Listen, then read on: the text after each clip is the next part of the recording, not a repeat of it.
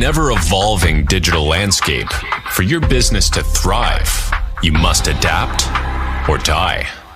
Welcome to Marketing in the Age of AI, the podcast helping you harness the power of AI and marketing tools to revitalize and grow your business.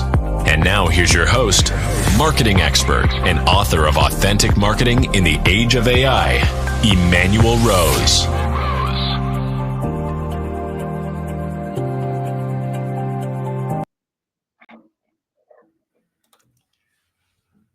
Welcome to this episode of Marketing in the Age of AI. And we're going to have a great opportunity today to talk about one of the most important aspects of authentic marketing, which is telling your story, getting your message in front of people directly. We're going to talk about it in terms of podcasting and live events. And my guest today is Jeff Revilla, is the visionary founder of Poduty Live, a state-of-the-art podcast theater in Tarentum, Pennsylvania, dedicated to revolutionizing the podcast experience through live audience interaction.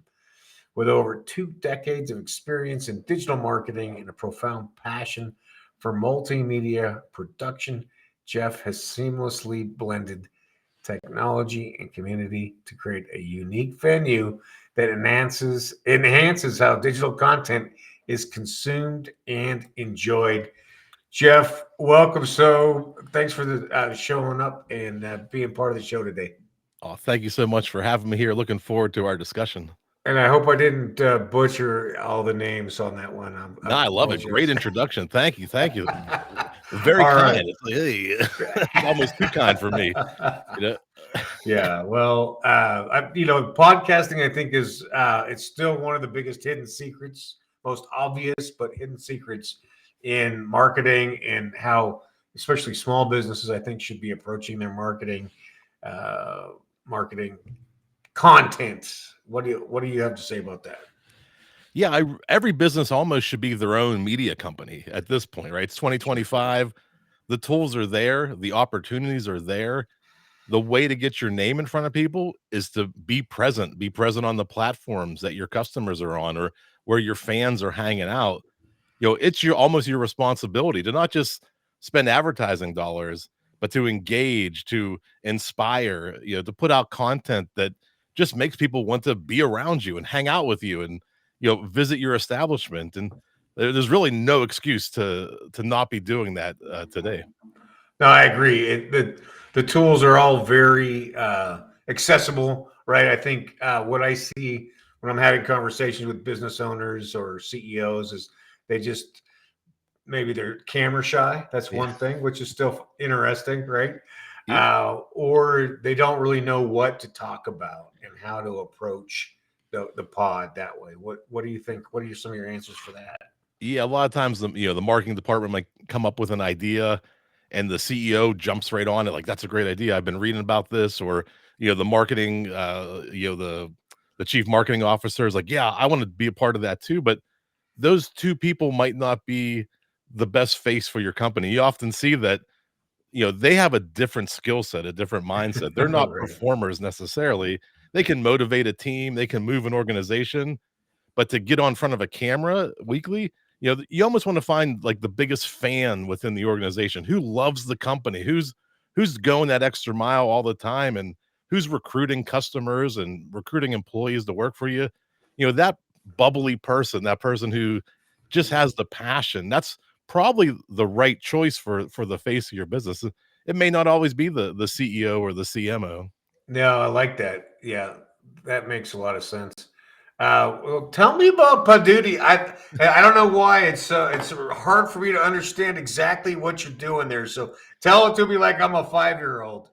Yeah, what it is, it's a live theater experience for podcasts. And the easiest way to think about it is, if you want to go see a comedian, you're going to go to a comedy club. If you want to go see a music act, you're going to go to a venue or a bar or a hall or somewhere to go view that. You associate this entertainment with these places. Right. So we all know that people are listening to podcasts. There's a tremendous amount of consumption happening, whether it's your morning commute, your morning workout. But is there another way to experience a podcast? Is there a way to get in front of people? We know that celebrities, comedians they're filling up arenas now with their podcasts. They're going to, like, we have Carnegie Hall and the Benedum Center here in Pittsburgh. Right. They're filling these theaters up, these, massive theaters. So we know it's happening. We know that people are starting to go think of podcasting as entertainment. They're going out for a night on the town and following their favorite podcaster. But like you and I right now, we're in our home studios, right? I'm comfortable. I come here, I flip a switch, I start recording. It's easy. It's after work. I know that I'm going to get a pretty good, consistent sound the whole time, and I'm used to that. But between my home studio and Madison Square Garden, there's nothing. There's no bridge or there's no pathway for the average, independent podcaster to start filling arenas. So Right. the way we had, I always go back to the '80s again, right? The '80s had these wonderful heavy metal tours, like the Monsters of Rock tour, and Absolutely. like Yep. bands on one ticket. And then you had Lollapalooza in the '90s, and even Woodstock Revival, where you have these massive, bills full of a lot of acts. And when bands go from town to town, what do they need? They need opening acts. They need middle bands, right? They need people to open for them to provide enough value for the ticket price. Right. So you go see one band, but you're really seeing 3 different bands. And so what I think is gonna happen, the same way the music industry evolved to having 3 or 4 bands on a bill, well, a podcast at a local arena, it's gonna get competitive, and you're not gonna be able to justify a $100 ticket for a 60-minute show. Someone else is gonna come to town for a $100 ticket in a 2 or 3-hour show because they booked opening acts for that night. So they're Right. gonna deliver more value. And the problem we have is this disconnect between our home studios and getting enough people with enough talent to fill these arenas. So what I'm trying to do is be that middle bridge. I'm trying to help develop talent for the stage so that when these large acts come to town, guess where they're going to pull from? The people who have experience on stage. So that's what I'm trying to build, something like a comedy club, but for podcasts, and this middle ground to help independent podcasters get to the Madison Square Gardens. Well, I love that. So then what sort of acts, what sort of podcasts have you had that have been using this venue? All kinds. Like, I do a trivia show. We have, like, interactive shows where you can actually play along on your phone, whether you're in the theater or watching at home. We have a great, storytelling podcast coming in this weekend. That's called Crips and Corks. They tell ghost stories and they pair it with a wine. So it's Nice. amazing. I got a magician coming in. We've had fundraisers and events and training, and we do meetups in Pittsburgh here where I buy pizza and drinks for all the local podcasters, and we all come out, hang out on a Saturday night, network, meet each other to, then start to collaborate on each other's shows locally. So the stage is very, very multi-purpose. I'm able to do many, many types of events. We're able to try new things. Like, if you have an idea, like, hey, I was driving home, I thought it'd be crazy if we just, had like a wheel on the stage and maybe spun the wheel and then, like, had people pop in and out. Like, those are the things I want to try. Like, we're very experimental. Like, if you have a single idea, we'll test it out. Like, I'll 100% back it, and we'll try it out on like a Monday or a Tuesday and see what happens. That's interesting. So it's a blend of somewhat of a live show and a traditional podcast. Yeah. Almost like, the easiest way to think of it is think of Saturday Night Live. When you watch Saturday Night Live, there's a live audience watching the actors on the stage, Yeah. and then it's surrounded by a camera crew that's broadcasting that to the world. So if you look behind me, there's cameras over the truss, and there's cameras on the back wall. So it's really like this little Saturday Night Live studio where all this is being covered and broadcasted out. So your run-of-the-mill podcaster can show up like a television studio, and they're broadcasting to the world that night. So you could start with an idea and then be broadcasting within 24 hours.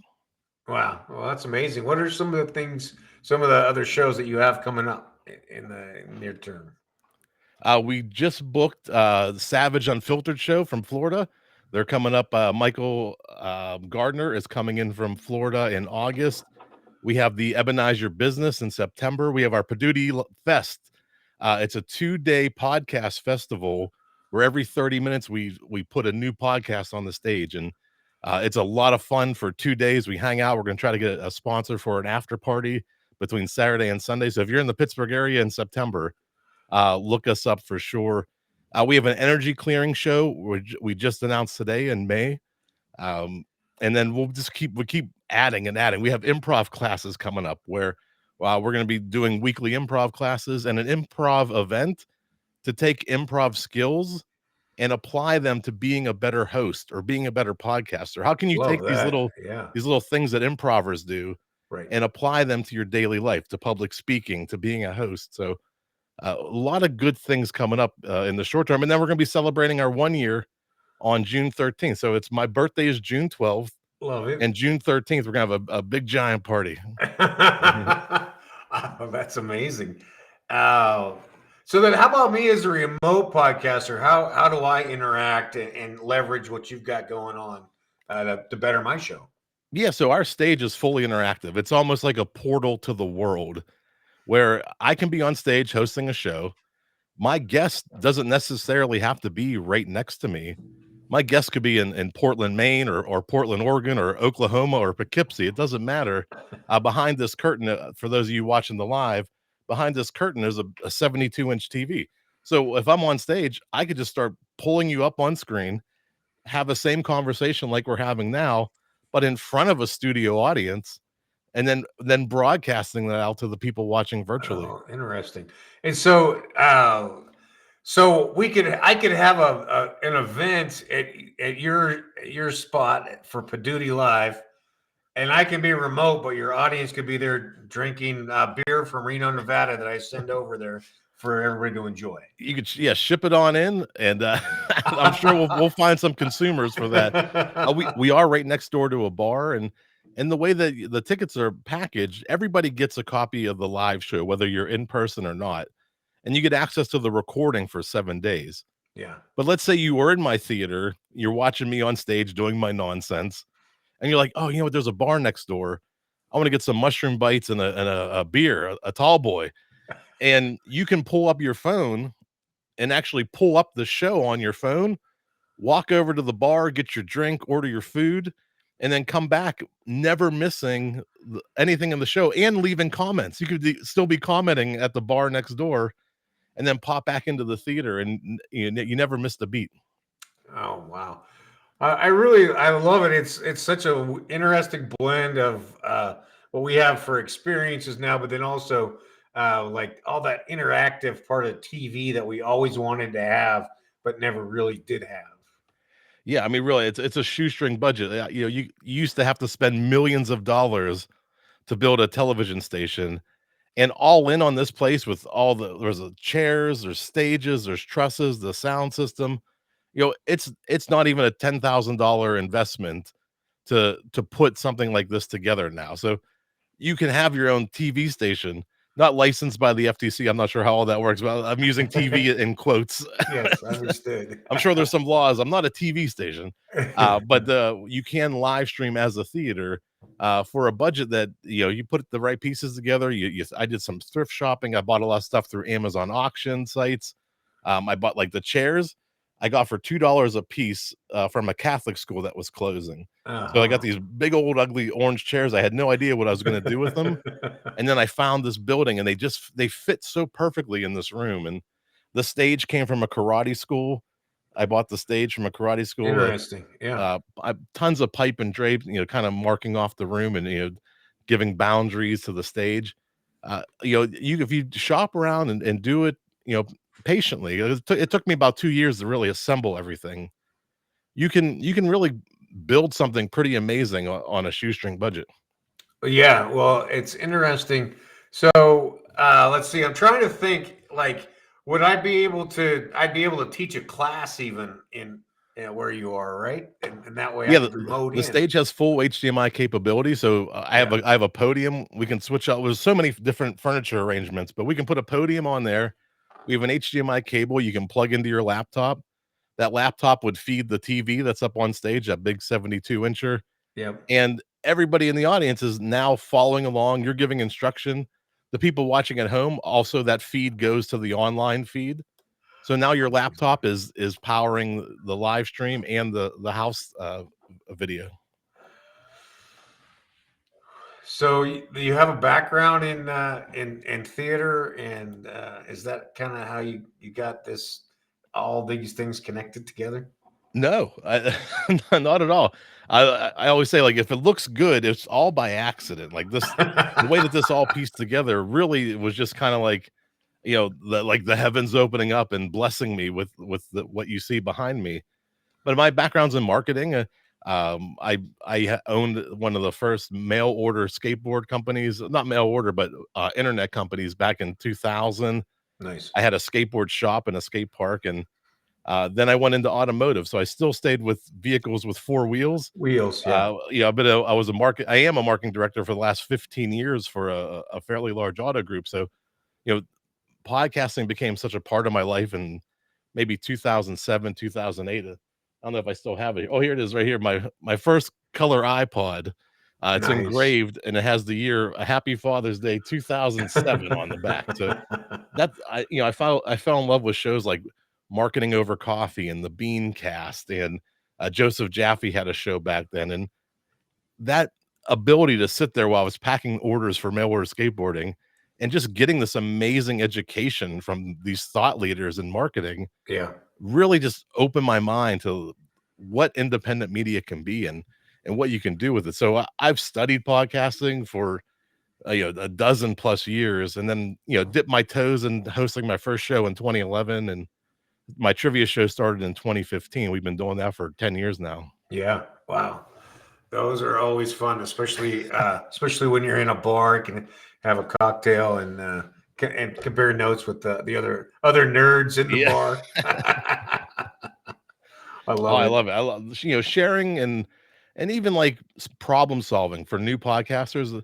One of my favorite things about this industry is some things that just seem so, you've done it so many times, but to somebody new, it's a whole new world to them, and they're experiencing new things, or new technical problems, and they're trying to overcome these hurdles. And when you've gone through it already and you can share that knowledge Yeah. and help them get to that next level, that's one of the most rewarding things I found about podcasting so far, is just when you see that spark in somebody that's so new to them, they're like all in, you just love being able to give them like the value, or give them the tools to get to the next level.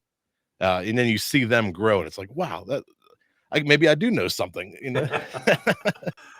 Yeah, no, that's true. And there's a lot of moving parts to podcasting.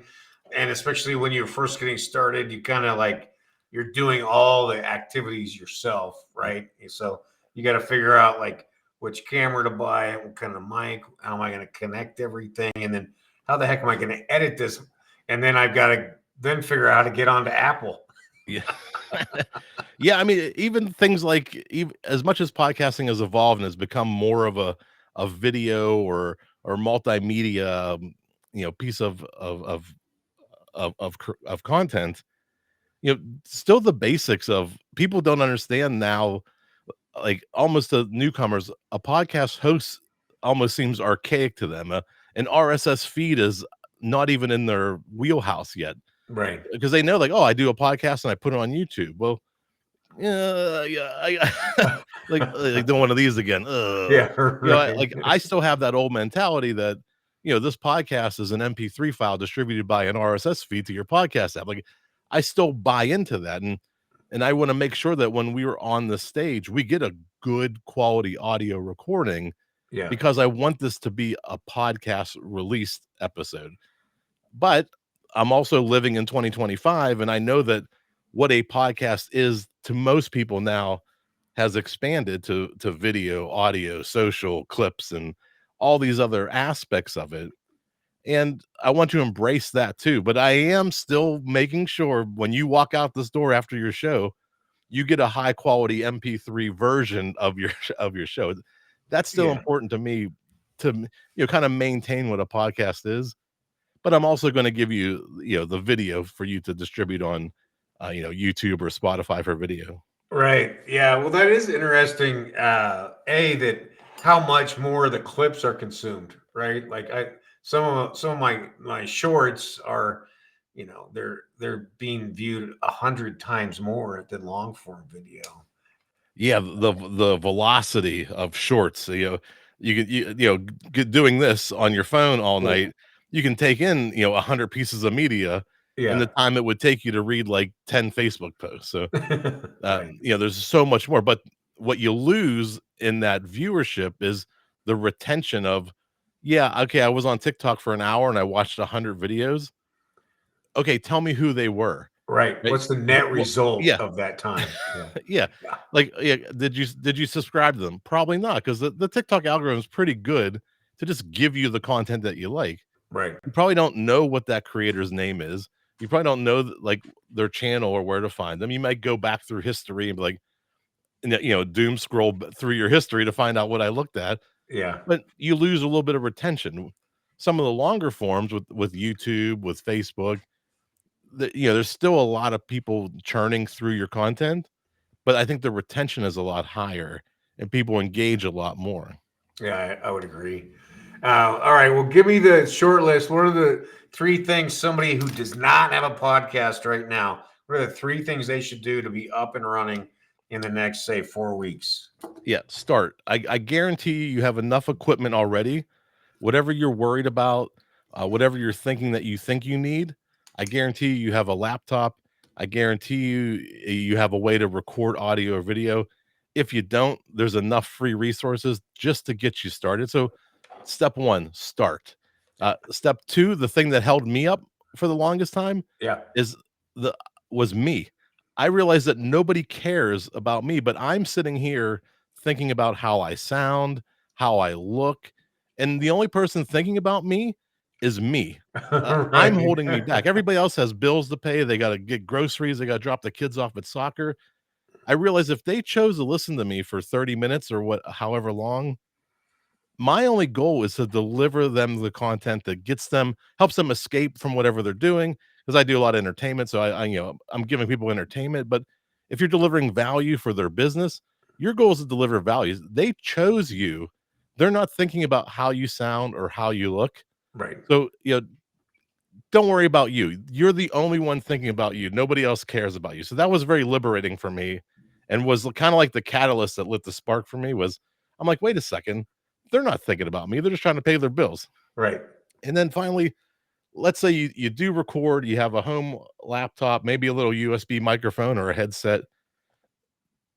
If you don't have a professional audio or editor, there's I just tell people Adobe Podcast Beta right now, you can upload your MP3 file. I think you get for free like 2 hours a week. Right. You can just I guarantee you, if you recorded on your laptop with your home audio in a quiet room, ran that MP3 through Adobe Podcast Beta, you would have professional sounding audio years beyond what you would learn from editing. So, step one, start. Step two, don't worry about how you look or sound. You'll get better and more comfortable on the microphone. And step three, utilize some of those tools that give you that professional edge that you didn't have just 3 years. Adobe Podcast Beta only came out in the last year. So you Right. didn't even have that tool a year ago. So, take advantage of these things. And I think all you have to do is sign up for an account and you get like 2 free hours a week. Well, I love that. Getting started, getting out of your own way, not being too worried about all the technical stuff, but creating that velocity forward. Yeah, it's all about momentum in podcasting. If you can't build a system that you can't repeat week after week, you're not going to make it past 10 episodes. Right. If you're doing too much, you're going to be your own roadblock. And it's more important to get the behaviors and the habits that let you repeat the podcast week after week than it is waiting to buy a Shure, SMB, whatever it is. You know, Right. just you have enough to get started. Work on the behaviors that make it repeatable week after week. Because one, your first episode, it's going to be a little rough. It's not going to be your best episode you've ever recorded. For sure. But by your 10th episode, it's going to be a lot better. By your 50th episode, it's going to be even better. And by 100, it'll be amazing. So it's more important to have a repeatable process than to focus on all these technical things. I promise you can do enough to get started right away without even investing any more than stuff you already have. You have enough to get started. No, that's perfect advice, and I agree with you. Get started, build some systems. Um, and realize that you have a story and that you have an interest in whatever you're interested in, and get interesting guests that are interesting to you, and then tell their stories too. Yeah. Yeah. It's your story. You're the interest. You're the reason why people are subscribing. You may have had I work in marketing. You may also work in marketing, but the stories that we have over the last 5 to 10 years, I'm sure we've all run AdWords. We've all run social media posts. We've all done all these things, but we all have a different perspective. We all have a different story. And we want to hear your story. So make sure, be authentic to yourself and tell what you know.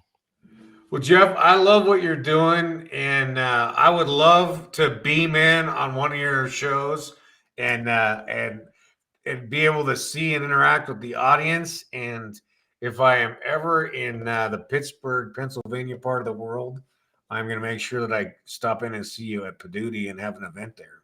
Sounds good. You tell me when. The date's already saved for you. I appreciate that. Let's see. How do people get in touch with you if they want to talk about it? Yeah, Poduty.com, Poduty, a nice little 6-letter domain name, Poduty.com. On there's a form to connect with me, or email me directly, jeff@Poduty.com. Well, I really appreciate your time this evening. Thank you very much. And I wish you the best of luck at Poduty. Poduty! Thanks for having me. This has been so much fun. All right. I'm glad. We'll talk to you soon. We'll see you.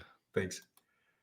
What an interesting concept, and a great blend of getting people together in the same room or getting messages out via the internet.